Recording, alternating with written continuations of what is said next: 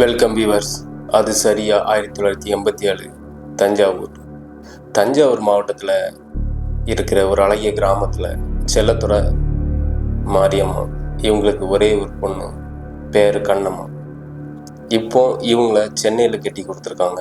இவங்களுக்கு 2 பசங்க.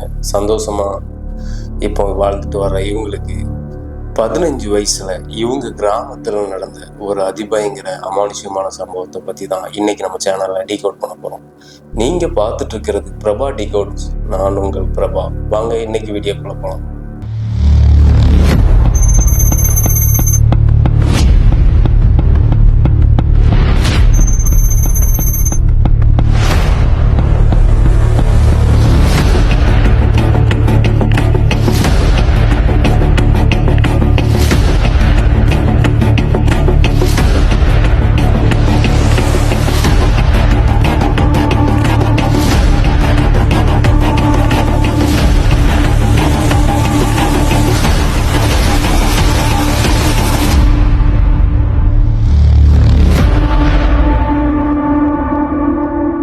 1987 தஞ்சாவூர் மாவட்டத்தில் இருக்கிற மம்சாபுரங்கிற கிராமத்தில் வாழ்ந்துட்டு வர்றவங்க தான் செல்லத்துறை.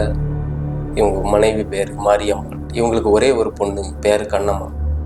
செல்லத்துறை முழுக்க விவசாயியாகவே இருக்காரு.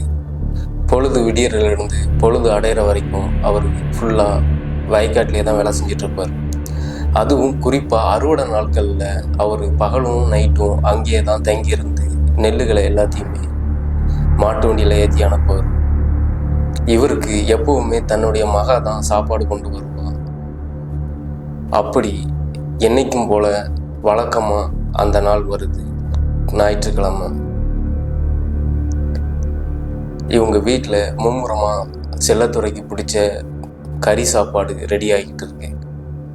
கண்ணம்மாவோ இவங்க அம்மா கிட்ட, அம்மா சீக்கிரம் சமையல் ரெடி பண்ணுமா, அப்பாட்ட கொண்டு போய் கொடுக்கணும்ல, அப்பா பசியில் வேலை செஞ்சுட்டு இருப்பார் அப்படின்னு சொல்ல, இருடி நானே அதான் வேகமாக சமையல் பண்ணிட்டு இருக்கேன், நீ வேற அவசரப்படுறிய அப்படின்னு சொல்லி தன்னுடைய அப்பாவுக்கு வேகமாக சாப்பாடை கூடையில் எடுத்து வச்சுட்டு கிளம்ப ஆரம்பிக்கும் போது அவங்க அம்மா, ஒரு நிமிஷம் நில்லுடி அப்படின்னு ஒரு கையளவு உள்ள ஆணியை அந்த கூடையில் போட்டு விடுறாங்க.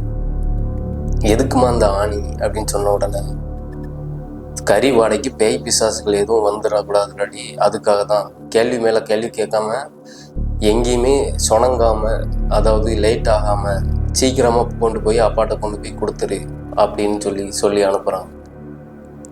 சரி ரொம்ப புருஷன் மேலே இருக்கிற பாசத்தில் இது பண்ணாத, நானே கொண்டு போய் வேகமாக கொடுத்துருவேன் அப்படின்னு கிளம்ப ஆரம்பிக்கும்போது, ஏண்டி சுடுகாட்டு பாதையில் போகாத, கொஞ்சம் சுற்றுனாலும் பரவாயில்ல, ரங்கன் தாத்தா வீட்டு வழியாக போ அப்படின்னு சொன்னோன்னு, சரி அப்படின்னு சொல்லிக்கிட்டு அந்த சுட்டி பொண்ணு ஓட ஆரம்பிக்குது. அப்படி அந்த பொண்ணு அப்படி போய்கிட்டே இருக்கும்போது கரெக்டாக சுடுகாட்டு பக்கத்தில் கிட்ட வந்த உடனே ரெட்டை ரோடு பிரியுது. அதாவது 2 பாதைகள். ஒன்று சுடுகாட்டு வழியாக களத்து மேட்டுக்கு போகிறது, இன்னொன்று இவங்க பக்கத்து வீட்டுக்காரரு ரங்கன் தாத்தா வீட்டு வழியாக அந்த வயக்காடை சுற்றி போகிற வழி. இதில் சுற்றி போனால் 3/4 மணி நேரம் ஆகும், இதில் போனால் 10 நிமிஷத்துலேயே போயிடலாமே அப்படின்னு முடிவு பண்ண அந்த கண்ணம்மா தான் அம்மா பேச்சையும் காதில் வாங்காமல், சரி நம்ம போய் தான் இது பண்ணி பார்ப்போமே அப்படின்னு அவங்களுடைய அந்த வயசும் அந்த சுட்டித்தனமும் அவங்கள அந்த பாதையில் போக வைக்குது. அப்படி அந்த கண்ணம்மா சுடுகாட்டு பாதையை தேர்ந்தெடுத்து அதில் வழியாக நடக்க ஆரம்பிக்கும் போது அவங்க அம்மா கூடையில் போட்ட ஒரு கை நிறைய ஆணி, ஒவ்வொரு ஆணியாக அந்த கூடை வழியாக இருக்கிற ஓட்டையில் கீழே விழுந்துக்கிட்டே வருது. இதை கவனிக்காமல் கண்ணம்மா கரெக்டாக நடந்து வந்துக்கிட்டே இருக்காங்க. கரெக்டாக சுடுகாட்டுக்கிட்ட வரையும் கூடையில் இருந்த மொத்த ஆணியும் காலியாகுது. அப்போ திடீர்னு ஒரு சவுண்டு, கண்ணம்மா அப்படின்னு. கண்ணம்மா உடனே, நம்மளை இந்த நேரத்தில் யார் கூப்பிட்றா அப்படின்னு சொல்லி திரும்பி பார்க்க, அது இவ கூட ஸ்கூலில் படிக்கிற ஃப்ரெண்ட் செல்வி. உடனே கண்ணம்மா அப்படியே நின்றுட்டு, செல்வி நீ எங்கடி போகிற இந்த நேரத்தில் அப்படின்னு ஒன்று, நான் வயக்காடை சுற்றி பார்க்க போகிறேன். அம்மா நீ எங்கே போகிற கையில் கூடையோட அப்படின்னா, நான் எங்கள் அப்பாவுக்கு எப்பவும் போல் சாப்பாடு கொண்டு போகிறேன் அப்படின்னு சொன்ன உடனே, அப்படியா சரி வா நானும் உன் கூட துணைக்கு வரேன்னு சொல்லி 2 பேருமே நடக்க ஆரம்பிக்கிறாங்க. அப்போ திடீர்னு கண்ணம்மாவுக்கு ஒரு விதமான வாசனை அடிக்குது. அது என்ன வாசனைனா மல்லிகை மனம். இவ மூக்கை தொலைக்கிற அளவுக்கு மல்லிகைப்பூ வாசனை பின்னி எடுக்குது. இவ ஒரு நிமிஷம் நின்றுட்டு, செல்வி உன் தலையை காட்டு அப்படின்னு சொன்ன உடனே அவள் திரும்பி தலையை காட்டுறா. தலையில் ஒன்றுமே இல்லை. என்னடி என் தலையாண்டி காட்ட சொல்கிற அப்படின்னு கேட்டா, மல்லிகைப்பூ வாசனை வருது, இங்கே எந்த மல்லிகைப்பூ செடியும் கிடையாது, இது மயானம் வேறு, உன் தலையிலையும் மல்லிகைப்பூ இல்லை, அப்போ எப்படி மல்லிகைப்பூ வாசனை அடிக்குதுன்னு பக்கத்தில் இருந்த செல்வி, எனக்கு ஒரு மனம் அடிக்கலை, நீ கொண்டு போகிற கறி குழம்பு வாசனை மட்டும்தான் என் மூக்கை தொலைக்குது அப்படின்னு சொல்லி அந்த பொண்ணு சிரிக்குது. ஆமாம், எங்கள் அம்மா வைக்கிற கறி குழம்பு அவ்வளோ மனமாக இருக்கும், அவ்வளோ ருசியாக இருக்கும், அதுதான் எங்கள் அப்பாவுக்கு ஃபேவரெட் அப்படின்னு சொல்லி சொன்னோன்னே, சரி கொண்டாடி, நீ எவ்வளோ தூரம் தான் கறி குழம்பு சமைச்சிட்டு வர, நான் சமைக்கிறேன் அப்படின்னு சொல்லி கையை நீட்ட. கண்ணம்மாவும், ஆமாடி என் கையெல்லாம் ஒரே உழையுது, வலியாக இருக்குது, கொஞ்சம் தூரம் நீ கொண்டு வா அப்படின்னு சொன்னி கூடையை கையில் கொடுத்த உடனே அந்த கூடையை அப்படியே அவன் மூக்குக்கிட்ட கொண்டு போய் மோந்து பார்க்குறா. மோந்து பார்த்துட்டா, அருமையான குழம்பு அப்படின்னு சொல்லி சொன்னோன்னே, கண்ணம்மா கூடையை கொண்டாடி, இது எங்கள் அப்பாவுக்கு கொண்டு போகிறது, நீ ஏதோ கறி குழம்பே சாப்பிடாதம்மா எல்லாம் இப்படி பார்க்குற அப்படின்னு ஒன்று கூடையை கொடுக்கறதுக்கு அந்த செல்விங்கிற பிள்ளை மறுக்குது. எங்கள் அப்பாவுக்கு சாப்பாடு கொண்டு போகணுண்டி, நேரம் ஆயிடுச்சு, கூடையை கொடு அப்படின்னு ஒன்று அந்த செல்விங்கிற பிள்ளை கூடையை கொடுக்க மறுக்குது. கண்ணி மேய்க்கிற நேரத்தில் அந்த கூடையில் இருக்கிற தூக்க திறந்து கறிக்கு சோத்தை அள்ளி சாப்பிட ஆரம்பிக்குது. கண்ணம்மாவுக்கு பயங்கரமாக கோவம் வந்துடுது. ஏண்டி எங்கள் அப்பாவுக்கு கொண்டு போகிற சாப்பாடுன்னு சொல்கிறேன், நீ அள்ளி சாப்பிட்ருக்கியா, கொண்டாடியா அப்படின்னு சொன்ன உடனே அந்த செல்விங்கிற பொண்ணு ஓங்கி கண்ணம்மா கன்னத்திலேயே அரைஞ்சிரு. இவ கீழே விழுந்துட்டு, எங்கள் அப்பாவுக்கு கொண்டு போகிற சாப்பாடையும் நீ எடுத்து சாப்பிட்டு என்னையும் அடிக்கிறியா அப்படின்னு சொல்லி, உன்னை என்ன பண்ணுறேன் பாருன்னு சொல்லி எந்திரிச்சு கண்ணம்மா பார்க்குறா. அப்போ அவ கண்ட காட்சி இதுதான்.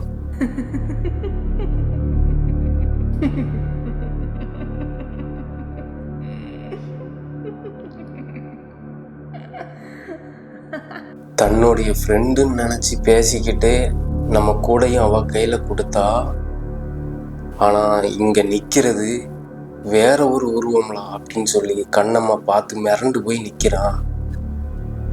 அப்படி அந்த உருவம் கருப்பு கலரில் கோரமாக மூஞ்சே தெரியாத அளவுக்கு அந்த கறி குழம்பு அள்ளி அள்ளி சாப்பிட்டுட்டு. இதை பார்த்துட்டு கண்ணம்மா பதறி போய் பேய் பேயின்னு சொல்லி கத்த, கோவம் அடைஞ்ச அந்த கருப்பு உருவம் இவளை ஒரு கை பிடிச்சி அப்படியே மேலே தூக்கி கீழே அடிக்குது. கீழே விழுந்த கண்ணம்மா அந்த இடத்துல மயக்கமாகறா. அப்போ அங்கே ஒரு சவுண்டு கேட்குது, குதிரை ரைடு வர்ற மாதிரி. அந்த சவுண்டை கேட்ட உடனே அங்கிருந்து அலறி அடித்து ஓடுறா. அங்கே வந்தது இவரு தான்.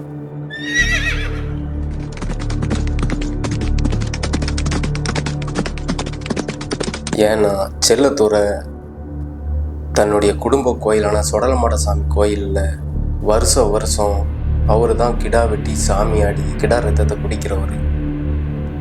அதனால் இவங்க தான் பொண்ணுக்கு இப்படி ஆச்சுன்னு ஒன்று தன்னுடைய குலதெய்வமான சொடலமாடசாமி குதிரையில் வர ஆரம்பிக்கும். அந்த சத்தம் கேட்ட உடனே அந்த பேய் எங்கே போச்சுன்னே தெரியல. போயிட்டு வயலில் வேலை பார்த்துட்டு இருந்த செல்லதுரைக்கு அவருக்கு ஏதோ ஒரு உள்ளுணர்வு, ஏதோ ஒரு அசம்பாவிதம் நடந்திருக்கு. சுடுகாட்டு ரோட்டுக்கு போன்னு சொல்லி உள்ளுக்குள்ளே அவருக்கு ஒரு வாய்ஸ் கேட்குது. உடம்பெல்லாம் வேத்து விறுவிறுக்க ஆரம்பிக்குது வேலை செஞ்சுட்டு இருந்த அவருக்கு. உடனே ரோட்டுக்கு அங்கேருந்து ஓட ஆரம்பிக்காரு. இவங்க கூட வேலை பார்த்துட்டு இருந்தவர், ஏன் இவர் இப்படி ஓடுறாரு பதறி போயின்னு சொல்லி அவங்களும் பின்னாடியே ஓடி வராங்க. சுடுகாட்டு பக்கத்தில் வந்து பார்த்தா இவருடைய பொண்ணு மயக்கம் போட்டு விழுந்து கிடக்கு.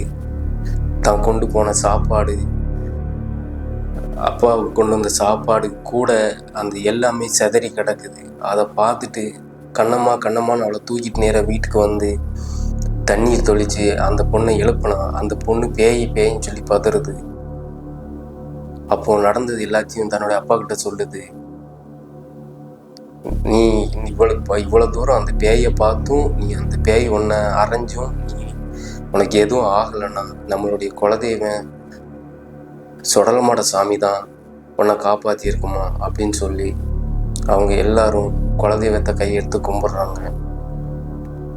ஆனால் அந்த பேய் பதட்டத்திலிருந்து கண்ணம்மா மீள்றதுக்கே பல மாதங்கள் ஆனதாகவும் அவங்க வீட்டில் இன்னும் வரைக்கும் கறி குழம்பு வச்சா அவளுக்கு அந்த பேயோட ஞாபகம் தான் ஊரில் நடந்த அந்த அமானுஷமான சம்பவம் அவளுக்கு ஞாபகம் வந்துட்டு தான் போகுதுன்னு சொல்லி அவங்க நம்ம கூட ஷேர் பண்ணியிருக்காங்க.